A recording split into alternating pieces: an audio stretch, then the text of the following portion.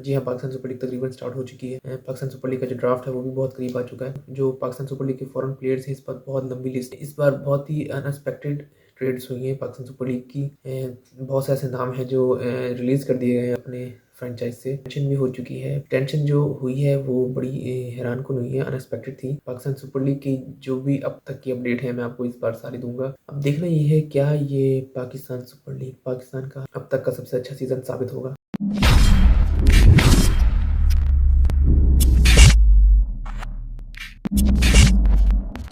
अस्सलाम वालेकुम जी, मैं आहिर हूँ और जैसा कि आप लोग जानते हैं कि पाकिस्तान सुपर लीग स्टार्ट होने को है तकरीबन, क्योंकि पाकिस्तान सुपर लीग का जो ड्राफ्ट है वो 13 दिसंबर को उन्होंने अनाउंस कर दिया है। और देखा जाए तो पाकिस्तान की जो रिटेंशन हुई है उसमें रिटेंशन में काफ़ी अनएक्सपेक्टेड चीज़ें थी, क्योंकि कुछ ऐसे प्लेयर्स हैं जो हमें अनएक्सपेक्टेड हमारे लिए इसलिए रहे हैं क्योंकि वो काफ़ी देर से अपनी फ्रेंचाइज के साथ जुड़े हुए थे, लेकिन इस बार वो रिलीज़ कर दिए गए हैं। बहरहाल जो रिलीज़ किए गए प्लेयर हैं वो जाहिर सी बात है पिक होंगे।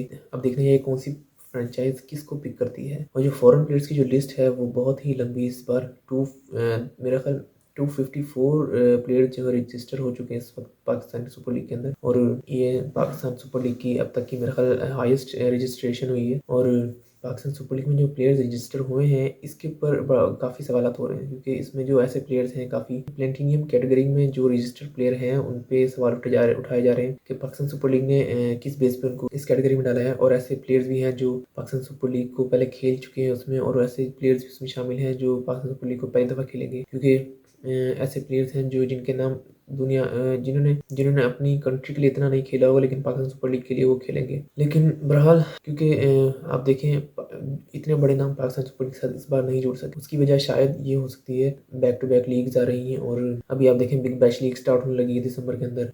जनवरी के अंदर जो हमें यूएई की लीग है वो हमें देखने को मिलेगी, और क्योंकि उसमें काफ़ी एक्सपेंसिव प्लेयर्स खेलते हैं वो, क्योंकि वो उसके फरवरी में जो पाकिस्तान सुपर लीग स्टार्ट होने लगी है और पाकिस्तान सुपर लीग के जो खत्म होने के फ़ौरन बाद आईपीएल स्टार्ट हो जाएगा। तो ये जो वर्कलोड पाकिस्तान की सुपर लीग को इफेक्ट पड़ रहा है वो इस वजह से पड़ रहा है। तो ये बैक टू बैक 3-4 लीग्स आ रही हैं जिसमें आप देखें जो अब ये 3-4 लीग जो आगे पीछे आ रही हैं इनमें बिग बैश, आइल्स, पीएसएल और ये आईपीएल ये आगे पीछे आ रही हैं चारों। अब इनमें से प्लेयर्स जो हैं पाकिस्तान सुपर लीग को निकाल के ये तीनों लीग जो हैं ये बहुत ही ज़्यादा अमाउंट ऑफर करती है प्लेयर्स को, जिस बेस पे वो तैयार हो जाते हैं। लेकिन पाकिस्तान सुपर लीग इतने बड़े नाम्स को इतनी बड़ी अमाउंट ऑफर नहीं कर सकती, और ना ही वो प्लेयर्स पाकिस्तान की सुपर लीग में रेडी होंगे आने के लिए, क्योंकि जाहिर सी बात है ये जो वर्कलोड उनके ऊपर पड़ेगा T20 वर्ल्ड कप के लिए जो तैयारी कर रहे हैं प्लेयर्स, वो तो बिल्कुल भी लीग्स के अंदर नहीं खेलना चाहेंगे। लेकिन जब जाहिर सी बात है जब कहते हैं ना पैसा फेंक तमाशा देख, तो जब ये सिचुएशन बनती है तो प्लेयर्स भी राजी हो जाते हैं। यही वजह है कि पाकिस्तान सुपर लीग में इतने प्लेयर्स रेडी नहीं हुए आने के लिए। जो प्लेयर्स क्वालिटी देखते हैं इस प्लेटफॉर्म में अच्छी तैयारी करने को मिलेगी वर्ल्ड कप के लिए, वो प्लेयर्स पीएसएल में ज़रूर रजिस्ट्रेशन कराते हैं, क्योंकि उनको पता है कि पाकिस्तान सुपर लीग में जो बॉलिंग है वो सबसे अहम चीज़ है। और इसमें बैटर्स जो होते हैं वो बड़े टेस्ट होते हैं, और आपने देखा होगा कि जितने भी सीज़न गुजरे हैं बैट्समैन होते हैं जो स्ट्रगल करते हैं, सिवाय पिछले सीज़न के अलावा, क्योंकि पिछले सीज़न में काफ़ी हाई स्कोरिंग मैचेस हुए हैं और अनएक्सपेक्टेड थे। लेकिन जिस तरह की पिचेस पाकिस्तान ने पिंडी स्टेडियम T20 के लिए यूज़ किया था। T20 पिंडी स्टेडियम मेरे नहीं ख्याल उसको यूज़ करना चाहिए था। पिंडी के अलावा और भी बड़े स्टेडियम्स पाकिस्तान के पास थे जो पाकिस्तान रेडी कर सकता था। और इस बार भी पाकिस्तान को चाहिए कि पाकिस्तान कम से कम पेशावर का जो स्टेडियम है वो रेडी कर ले पीएसएल के लिए। और पाकिस्तान के पास स्टेडियम तो बहुत हैं जो पाकिस्तान इस्तेमाल कर सकता है, लेकिन अभी तक उनको मेरा ख्याल है ज़ेर गौर नहीं किया जा रहा। बहरहाल पाकिस्तान सुपर लीग की जो फॉरेन प्लेयर्स की बात हो रही थी, तो ये पाकिस्तान सुपर लीग इतनी बड़ी अमाउंट ऑफर नहीं करता बड़े प्लेयर्स को। और दूसरी बात ये है कि ये जो आज मैंने बताया आपको कि 3-4 महीने जो है उसमें वर्कलोड बहुत हो जाएगा प्लेयर्स के ऊपर, तो इसलिए भी इग्नोर कर सकते हैं Pakistan super league as compare to other leagues. ये दो बातें जो है आपस में कनेक्ट इसलिए होती हैं क्योंकि इसमें अमाउंट की बड़ी वैल्यू है। अब जाहिर सी बात है हम किसी काम को जाना ना चाहें तो अगर वो हमें ज़्यादा बड़ी ऑफर देंगे तो हम उस पर ज़ीरो गौर ज़रूर करेंगे। तो ये एक छोटी सी मिसाल है। बहरहाल अब बात ये है कि इस सुपर लीग में जो प्लेयर्स रजिस्टर हो चुके हैं अब वही पिक करने हैं हर फ्रेंचाइज ने, क्योंकि कोयटा ने जो अपना नसीम शाह प्लेयर ट्रेड किया है वो फिर सबसे बड़ी ट्रेड तो वही साबित हुई इस बार सुपर लीग की। और उन्होंने इसकी जगह वसीम जूनियर और अबरार अहमद को तरजीह दी है। उन्होंने उनको ट्रेड किया है नसीम शाह की जगह। नसीम शाह को हर फ्रेंचाइज ने ऑफर करने की कोशिश की है, लेकिन सिर्फ इस्लामाबाद से उनकी बात बनी। जो प्लेयर्स उसके बदले ट्रेड किए हैं वो शायद उनके लिए अच्छे साबित हो जाएँ, क्योंकि वसीम जूनियर भी अच्छा बॉलर है और अबरार अहमद भी अच्छा बॉलर है। लेकिन नसीम शाह की क्वालिटी बहुत ही अलग थी, लेकिन पता नहीं उन्होंने ट्रेड क्यों किया।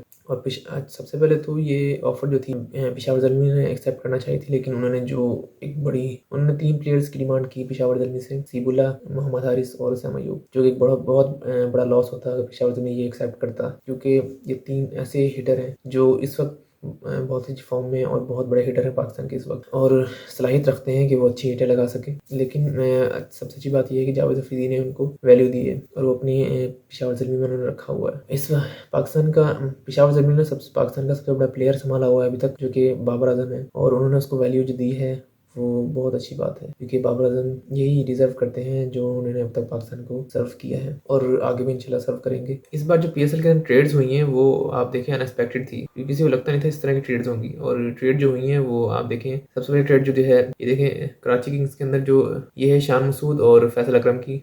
हालांकि फैसल अकरम जो है वो इमर्जिंग प्लेयर हैं और उनको ट्रेड किया गया है शान मसूद से, और शान मसूद को पता नहीं क्यों ट्रेड किया है मुल्तान सुल्तान ने इमर्जिंग प्लेयर के साथ, क्योंकि फैसल अकरम की परफॉर्मेंस का मुझे इतना इलम नहीं है, लेकिन डोमेस्टिक का उनका मुझे खुद नहीं पता कि उन्होंने, तो कुछ कह नहीं सकता इसके बारे में। यानी कि मुल्तान सुल्तान के जो शान मसूद जो है वो कराची किंग्स से खेलेंगे और फैसल अकरम जो है वो मुल्तान सुल्तान की तरफ से खेलेंगे। तो इसके बाद जो ट्रेड आती है वो है आपके नसीम शाह, अबरार अहमद और वसीम जूनियर, ये लोग आपस में ट्रेड हुए हैं।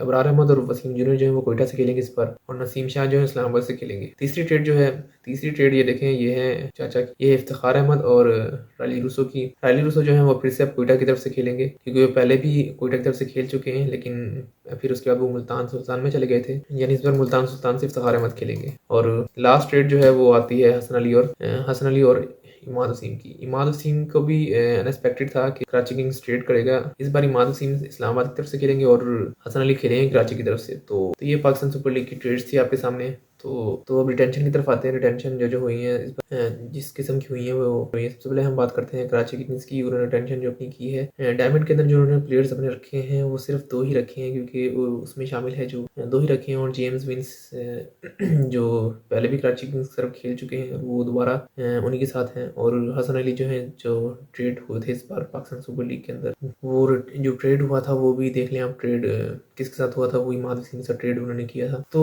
डायमंड कैटेगरी में तो उन्होंने ये 2 प्लेयर रखे हैं। प्लेटिनियम जो उन्होंने अपना खाली रखा हुआ है, क्योंकि वो पिक के अंदर जो उठाएंगे वही प्लेटिनियम डालेंगे। तो उसके बाद गोल्ड कैटेगरी आती है। गोल्ड कैटेगरी में जो प्लेयर्स रखे हैं शान मसूद शामिल हैं, जो कि आपको बताया कि ट्रेड में शान मसूद। तो ये कराची किंग्स की रिटेंशन थी। अब हम बात करते हैं लाहौर कलंदर्स की। जी हाँ, लाहौर कलंदर्स ने जो रिटेंशन की है वो सबसे पहले प्लेटिनियम में जो उन्होंने एक प्लेयर डाला है वो शाहिन अफरीदी हैं, जो कि उनके कैप्टन भी हैं। के अंदर जो दूसरी कैटेगरी में आता है वो डायमंड के अंदर उन्होंने 2 प्लेयर्स डाले हुए हैं, और दोनों प्लेयर्स हैं जो हैं वो एक है डेविड वीज और हारिस रऊफ तो उनके ब्रांड एम्बेसडर भी हैं। और गोल्ड कैटेगरी में जो आप देखते हैं जो वो है सिकंदर रजा, अब्दुल्ला शफीक और जमान खान, ये 3 प्लेयर्स उन्होंने डाले हुए हैं। और सिल्वर में जो आ रहा है मिर्जा ताहिर बेग और राशिद खान। लेकिन सवाल ये बताता है कि फ़खर जमान जो उन्होंने रिलीज़ किया है वो किस बेस पे किया है, क्योंकि फ़खर जमान तो ऐसा लगता था कि वो फुल फॉर्म में है, क्योंकि आपने देखा होगा फ़खर जमान ने जो वर्ल्ड कप के अंदर परफॉर्मेंस दी थी वो एक्स्ट्रा ऑर्डिनरी थी, और इस बार फ़खर जमान भी काफ़ी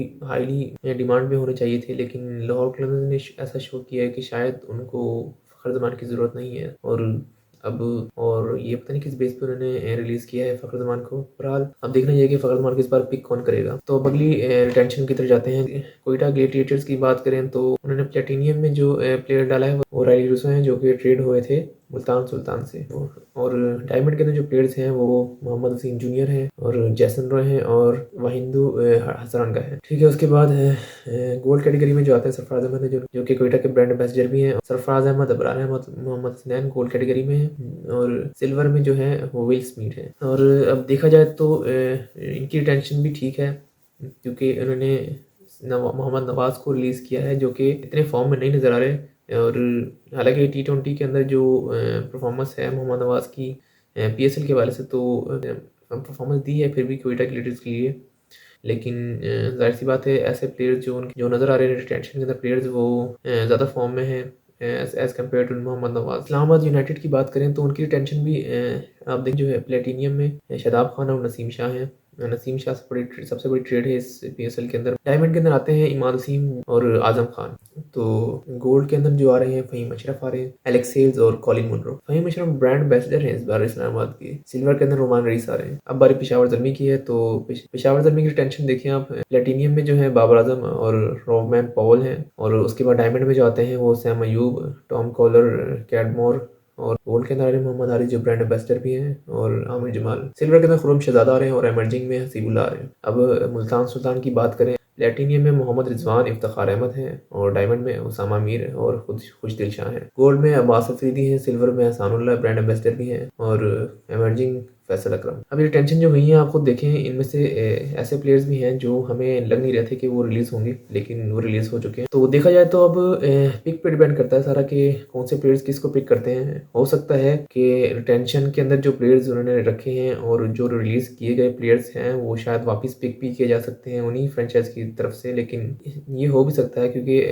पहले भी हमें देखा है रिटेंशन के बाद वही प्लेयर्स पिक किए जाते हैं उसी फ्रेंचाइज की तरफ से जो वो पहले रिलीज कर चुके होते हैं। और एक तरीका भी है कि हम अपने प्लेयर्स को वापस ले सकें। अब देखना ये है कि डोमेस्टिक T20 जो कप है पाकिस्तान का जो हो रहा है इस वक्त, उसमें जो परफॉर्मेंस लड़के दे रहे हैं उनमें से कौन से प्लेयर्स पिक होते हैं, क्योंकि होना तो ये चाहिए कि जो परफॉर्मेंस दे रहे हैं प्लेयर्स उनको पिक किया जाए, लेकिन ऐसे बहुत से प्लेयर्स हैं जो काफ़ी देर से वेट पे हैं। उनमें से पहला नाम जो है तो अहमद शहजाद का आता है। अहमद शहजाद वो वाइड प्लेयर हैं जो काफ़ी अर्से से पाकिस्तान टीम का दरवाज़ा खटखटा रहे हैं कि मैं परफॉर्मेंस दे रहा हूँ तो मुझे आप पिक करें, लेकिन अब तक किसी तरफ से कोई कॉल नहीं आई, ना ही पीएसएल की तरफ से ना ही पीसीबी की तरफ से। तो होप इस बार अहमद शहजाद जिस तरह से परफॉर्मेंस दे रहे हैं T20 के अंदर, तो कोई ना कोई फ्रेंचाइज उसको पिक कर ले। मैं पर्सनली चाहता हूँ कि पेशावर ज़ल्मी उसको पिक करे। उसकी वजह ये है कि क्योंकि पेशावर ज़ल्मी को मैं सपोर्ट कर रहा हूँ, तो और अहमद शहजाद मेरा one of the favourite player रहा है, और उसको मैं चाहता हूँ कि वो पेशावर ज़ल्मी पिक करे। लेकिन ये शायद की बात है कि ना ही पिक करें वो, क्योंकि उनके पास पहले ही बड़े ओपनर और हिटर पड़े हैं। तो लेकिन अहमद शहजाद को इस बार ज़रूर चांस मिलना चाहिए। और बॉलिंग के अंदर हम बात करें डोमेस्टिक में, तो हुनैन शाह और उबैद शाह पे नज़र बहुत स्लो की होगी, क्योंकि उबैद शाह और हुनैन शाह नसीम शाह के भाई हैं, और उनकी जो बॉलिंग बहुत अच्छी जा रही है। हुनैन शाह और उबैद शाह को कोई पिक करता भी है नहीं, क्योंकि मेरे हिसाब में तो पिक करना चाहिए। हुनैन शाह और उबैद शाह में भी वही एबिलिटी नज़र आती है जो नसीम शाह के अंदर है। हालांकि नसीम शाह ज़्यादा एक्सपीरियंस हो चुके हैं उनसे, लेकिन हो सकता है कि हुनैन शाह और उबैद शाह इस पीएसएल में अपने आप को अच्छा साबित कर सकें। हुनैन शाह उबैद शाह भी अच्छी बॉलिंग कर रहे हैं T20 के अंदर, तो देखते हैं उनको कौन पिक करता है। और साहिबजादा फरहान जो वो भी अच्छी परफॉर्मेंस दे रहे हैं। तो अब पाकिस्तान सुपर लीग के अंदर जो रिटेंशन हुई है, जो ड्राफ्ट जिन फॉरेन प्लेयर्स ने साइन किए हैं, पाकिस्तान का जो ड्राफ्ट है उस पर सारी नज़रें टिकी हुई हैं सबकी, जो कि 13 दिसंबर को ड्राफ्ट है। और अब देखना ये है कि उसमें कौन किसको पिक करता है। तो अब तक की अपडेट जो थी तो मैं आपको सारी दे चुका हूँ। तो मिलते हैं फिर आपसे नेक्स्ट वीडियो में। प्लीज़ वीडियो पसंद आई तो लाइक करें, शेयर करें और सब्सक्राइब जरूर कीजिएगा। मिलते हैं फिर नेक्स्ट वीडियो में इंशाल्लाह। अल्लाह।